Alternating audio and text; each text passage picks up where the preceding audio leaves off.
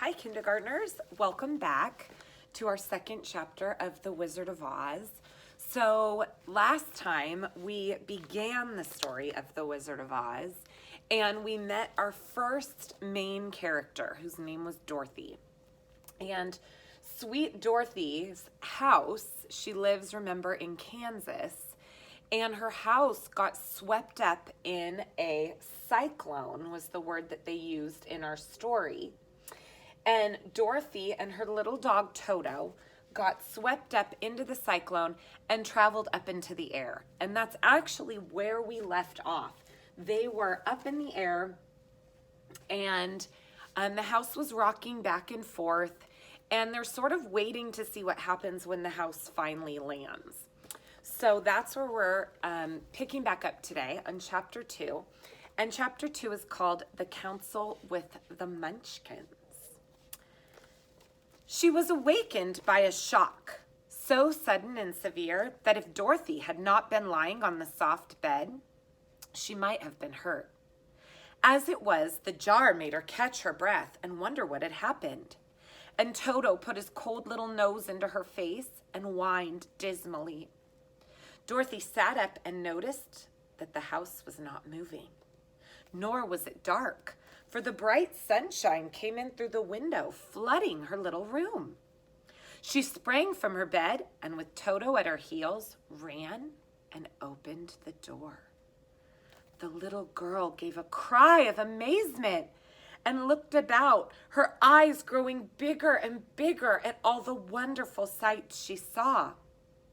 The cyclone had set the house down very gently for a cyclone in the midst of a country of marvelous beauty. There were lovely patches of green all about, with stately trees bearing rich and luscious fruits. So here's the last picture we saw of the house up in the cyclone.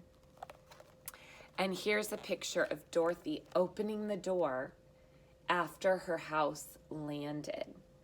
And remember, she had been in Kansas, which was so incredibly gray and dry and ugly. And all of a sudden, she opens up her door to this land that's beautiful and green, and the trees have luscious fruits on them. Banks of gorgeous flowers were on every hand, and birds with rare and brilliant plumage sang and fluttered in the trees and bushes. A little way off was a small brook, rushing and sparkling along between green banks, and murmuring in a voice very grateful to a little girl who had lived so long on the dry, gray prairies. While she stood looking eagerly at the strange and beautiful sights, she noticed coming toward her a group of the strangest people she had ever seen. They were not as big as the grown-ups she had been used to, but neither were they very small. In fact, they seemed about as tall as Dorothy, who was a well-known child for her age, although they were, as far as looks go, much older. So here you see what she opened her door to. And as she's standing there looking around, you see right here, really tiny, she says the strangest people coming towards her. And she's a child. She's probably a little bit older than you. She's a child, and these people are her height. So they're as tall as she is, but they look very old. So picture that in your head. That's what she's seeing. Here we go. Here's a good picture for you while I read. 3 were men and 1 a woman, and all of them were oddly dressed. They wore round hats that rose to a small point a foot above their heads, with little bells all around the brims that tinkled sweetly as they moved. The hats of the men were blue. The little woman's hat was white, and she wore a white gown that hung in plaits from her shoulders. Over it were sprinkled little stars that glistened in the sun like diamonds. The men were dressed in blue of the same shade as their hats, and they wore well-polished boots with a deep roll of blue at the tops. The men, Dorothy thought, were probably as old as Uncle Henry, for two of them had beards. But the little woman was doubtless much older, for her face was covered with wrinkles, her hair was nearly white, and she walked rather stiffly. When these people drew near the house where Dorothy was standing in the doorway, they paused and whispered among themselves. They were afraid to come any farther. But the little old woman walked up to Dorothy, made a low bow, and said in a sweet voice, "You are welcome, most noble sorceress, to the land of the Munchkins. We are so grateful to you for having killed the Wicked Witch of the East and for setting our people free from bondage." Well, Dorothy listened to her speech with wonder. What did this little woman possibly mean? Calling Dorothy a sorceress? And saying she had killed some Wicked Witch of the East? Dorothy was just an innocent, harmless little girl who had been carried by a cyclone many miles from her home. She'd never killed anything in her life. So this little woman right here calls Dorothy a sorceress. Now, I don't know if you know what sorceress means, but it actually means like a very powerful wizard who's a woman. And so Dorothy's thinking to herself, I'm not a sorceress. And then this little lady says, "Thank you for killing the Wicked Witch of the East." And Dorothy is thinking, who on earth is the Wicked Witch of the East? The little woman evidently expected her to answer. So Dorothy finally said without hesitation, "You are very kind, but there must be some mistake. I've not killed anything." "Oh, well, your house did anyway," replied the little old woman with a laugh. "And that's the same thing. See?" And she pointed to the corner of Dorothy's house. "There are her two toes still sticking out from the block of wood." Dorothy looked and gave a cry of fright. There indeed, just under the corner of the great beam of her house, rested 2 feet were sticking out, still stuck in silver shoes with pointed toes. Oh dear, cried Dorothy, clasping her hands together in dismay. "Oh, my house must have fallen on her. Whatever shall we do?" "Oh, there's nothing to be done," said the little woman calmly. "Well, who is she?" asked Dorothy. "Well, she's the Wicked Witch of the East, as I said, and she's held all the Munchkins in bondage for many years, making them her slaves day and night. Now all the Munchkins have been set free, and we are so grateful to you for the favor." "Well, who are the Munchkins?" inquired Dorothy. "Well, they are the people who live in this land, where the Wicked Witch ruled." "Well, are you a Munchkin?" asked Dorothy. "Oh, no, but I am their friend, although I live in the land of the North. When they saw the Witch of the East was dead, the Munchkins sent a swift message to me, and I came at once, for I am the Witch of the North." "Oh, gracious," cried Dorothy. "Are you a real witch?" "Why, yes, indeed," answered the little woman, "but I am a good witch, and the people love me. I'm not as powerful as the Wicked Witch who ruled here, or I should have set all the Munchkins free myself." "Oh, well, I thought all witches were wicked," said the girl, who was half frightened at facing a real witch. "Oh, no, that's a great mistake. There are only 4 witches in the land of Oz. 2 of them are good, who live in the North and the South. I know this to be true, for I am one of them myself and cannot be mistaken. But those who dwell in the East and the West are indeed wicked witches. But now that you've killed one of them, there's but one Wicked Witch in the land. She lives in the land of the West." But, said Dorothy, Auntie Em told me that all the witches were dead years and years ago. And who is Aunt Em? Inquired the little old woman. Well, she's my aunt, and she lives in Kansas, which is where I came from. The Witch of the North seemed to think for some time, with her head bowed and her eyes upon the ground. Then she looked up and said, I do not know where Kansas is, for I've never heard of that country before. But tell me, is it a civilized country? Oh, yes, replied Dorothy. Oh, then that accounts for it. In civilized countries, I believe there are no witches left, or wizards, or sorceresses, or magicians. But you see, the land of Oz is not civilized. We're cut off from the rest of the world. Therefore, we still have witches and wizards among us. You have wizards? Said Dorothy.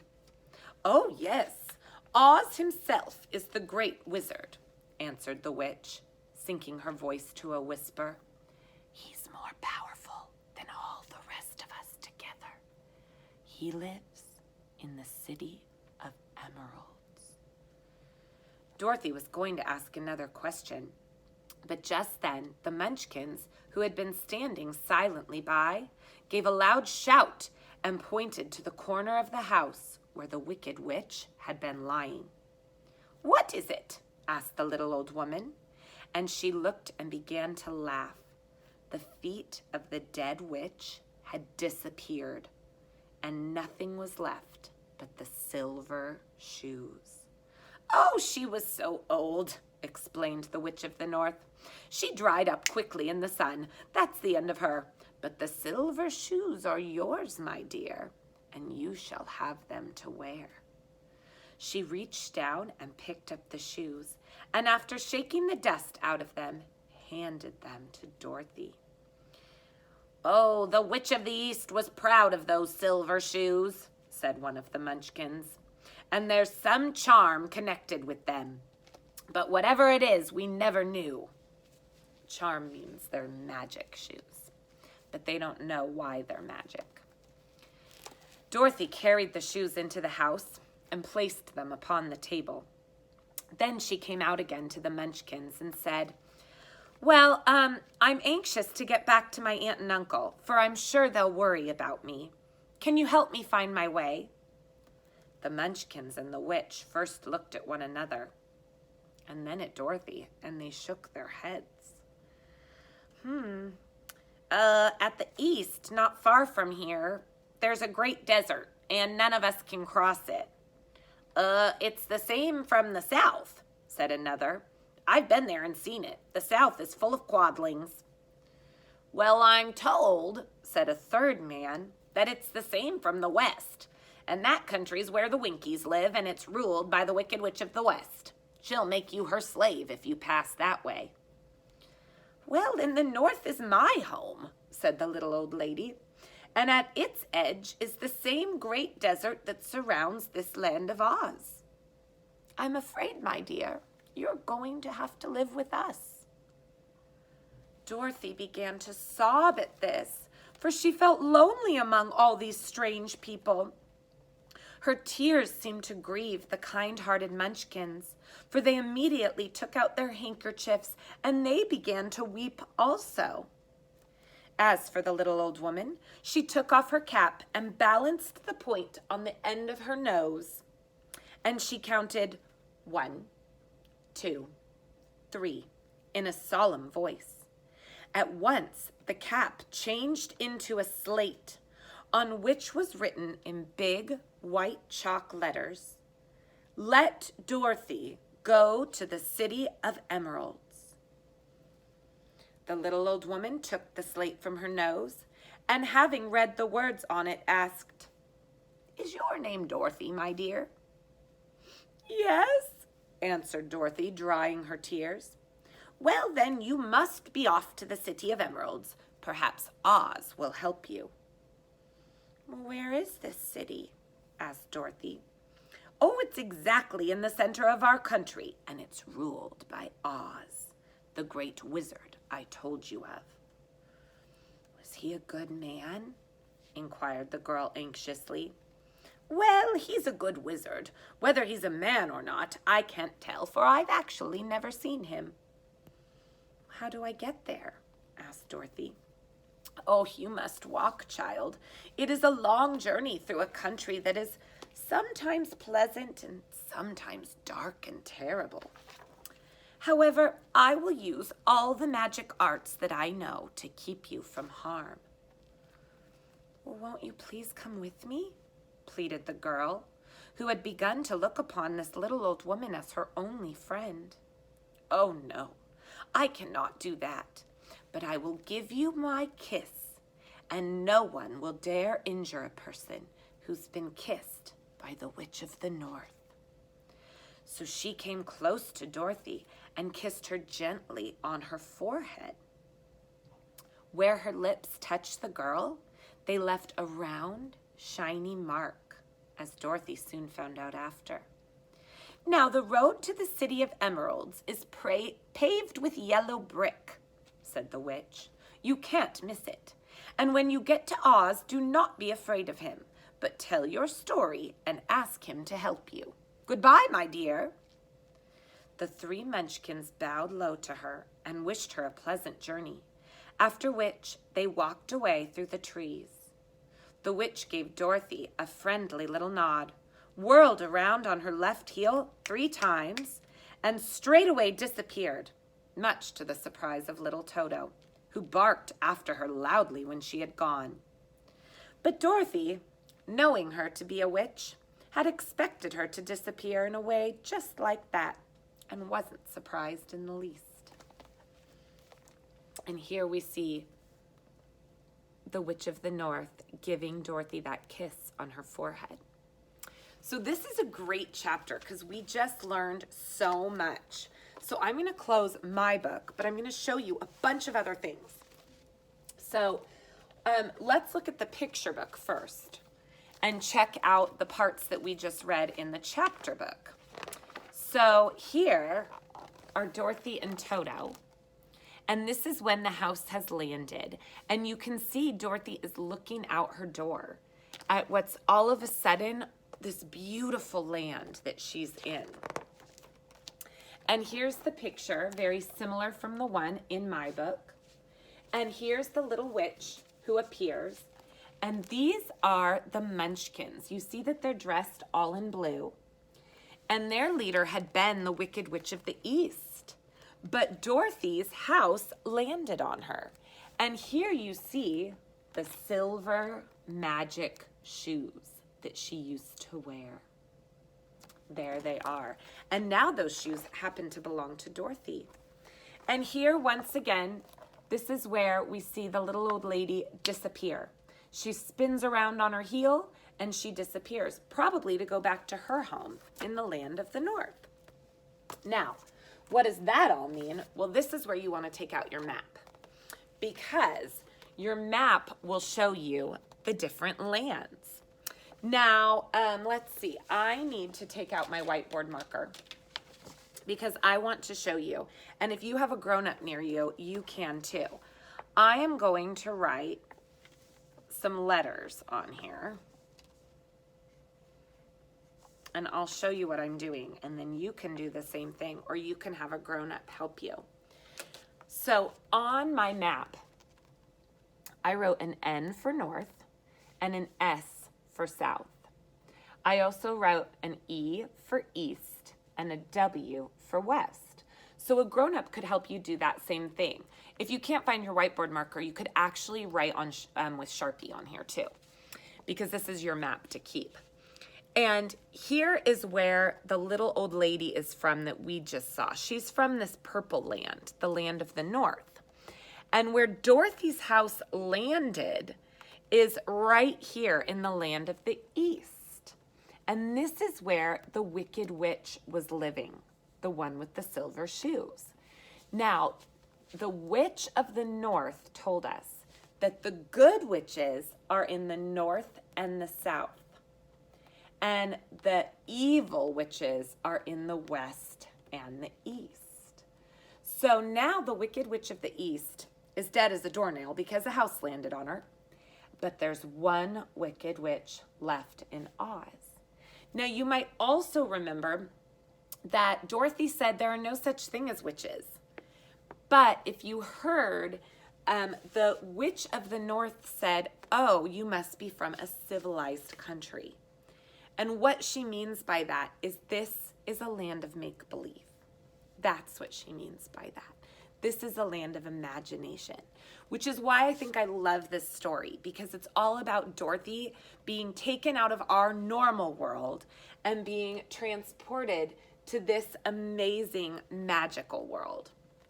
So I also wanted to show you some things, because I believe that if you are listening with a grown-up, many grown-ups don't know that the shoes were actually silver. So we do have some words we need to add.